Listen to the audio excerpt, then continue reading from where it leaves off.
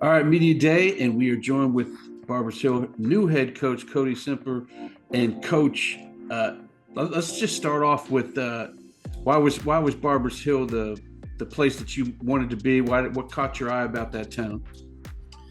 I think the reputation of the district as a whole as being just a great place to work and as a place that does such a great job taking care of their employees in a community that was really embraces athletics and supports athletics is something that has always had Barbers Hill on my radar. It would be a great opportunity to be a part of. I think for us as a whole, as a family, what really kind of sealed the deal for us was um, coming and visiting and seeing the place with our own eyes and talking to people and realizing that it would be a great place to have, my own kids in school.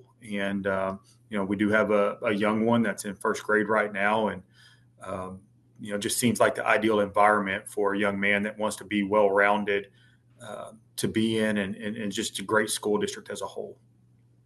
And then talk. That's on a personal level. That's terrific. That's why you take a job. But on a professional level, you've been known as taking teams that had no kind of reputation, like Veterans Memorial was fair. You turn them into something.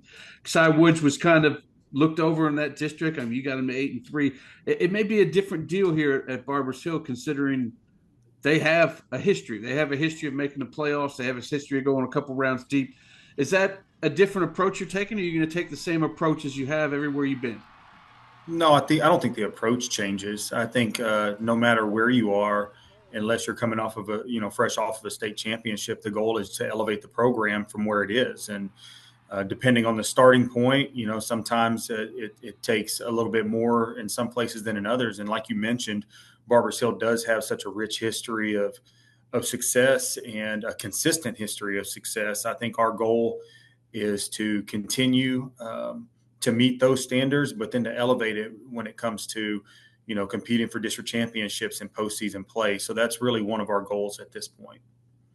I think maybe you can disagree or agree with me, but one of the bonuses of taking a job like this, where you come in February, don't really get to know your team all that well right from the start, is that you have a 7-team district, which gives you 4 non-district games to kind of feel out how your coaching and how your summer and spring workouts have prepped you up before you really get into district play. Do you find that as an advantage to kind of see what you have? Obviously, you're going to see what you have before you get there, but before the real live games that mean something to get you to the postseason to start happening.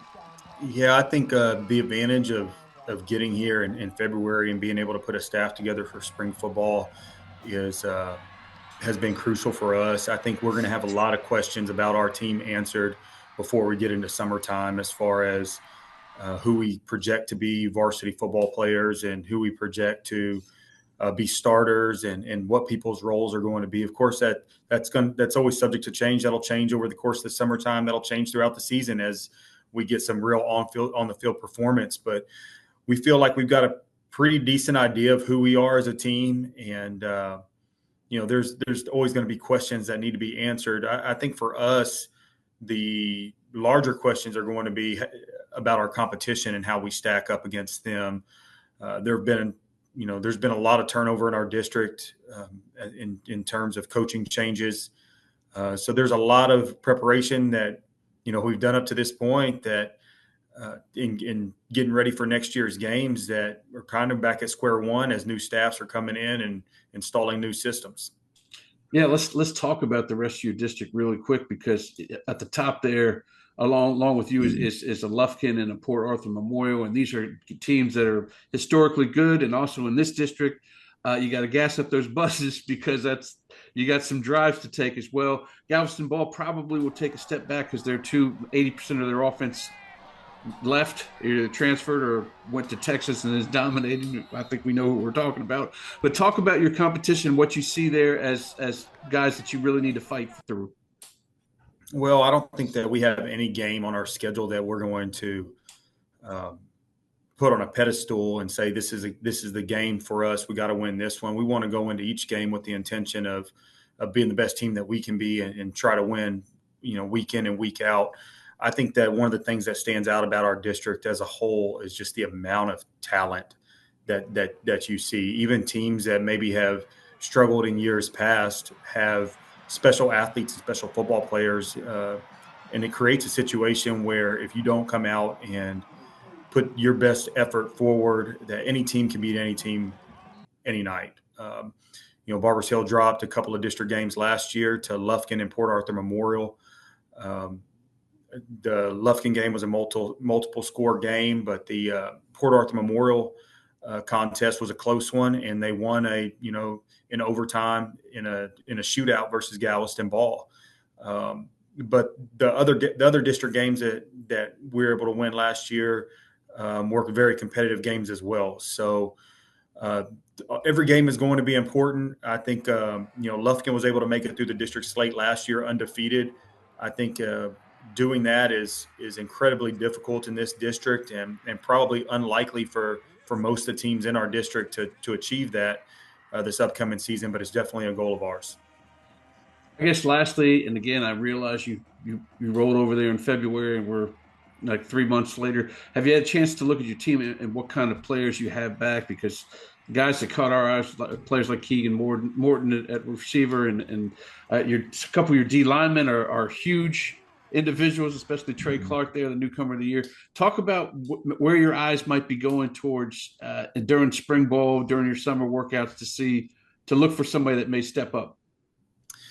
Yeah, naturally, those guys are key components, both offensively and defensively, that are coming back next year. Now, they were very productive members of this team last year, but we're in a bit of a roster rebuild because while we do have some very special players coming back, it's the minority of our roster. We're replacing 8 starters on each side of the ball, so there's a lot of opportunity right now during spring football for people to fill in around the Keegan Mortons of the world and the Trey Clarks of the world. And those guys, naturally we're going to focus on them.